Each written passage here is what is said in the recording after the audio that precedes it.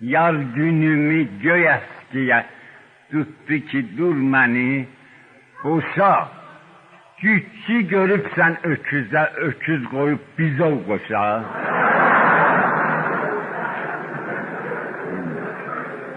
Sen 50'ni keçip yaşın, ben bir 30 yaşında kız.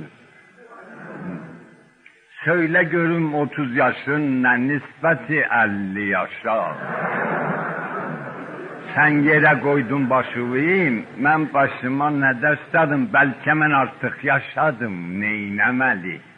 Dedim yaşa.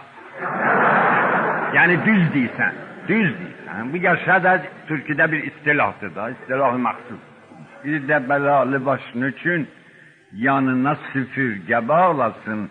Bürkü başa koyan gerek, bürküne de bir yaraşa. Bir de kəbin kesilmemiş, sen mənə bir söz demedin. Yoksa cihazımda gerek geleydi bir hokkamaşa. Ben özümde yoktu ama rüfakada vardı ki görüm. Dedim kaza gelip tapıp, bir işidi olup keçip, kurbanım ol ala göze, heyranım ol kalem kaşa. Dosta mürüvvet etmeli, düşman ile keçinmeli. İş belədir, rəva değil beşer yolun azıp çaşa.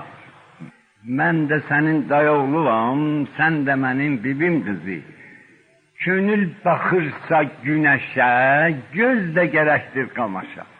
İndi bizim maral kimi 3 balamız vardı, gerek ata ana savaşta da bunlara hatır barışa. Bu dünya bir yol kimidir. Biz ahiret misafiri, kecavede hamaş gerek öz hamaşıyla yanaşa. Meseldi yer ki berk olur, öküz öküzden incinir. Meseldi da bilsin.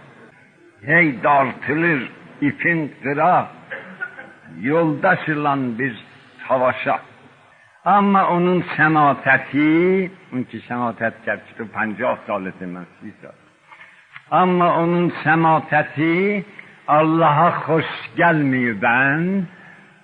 Gitti benim hayatımı vurdu daşa, çıktı başa.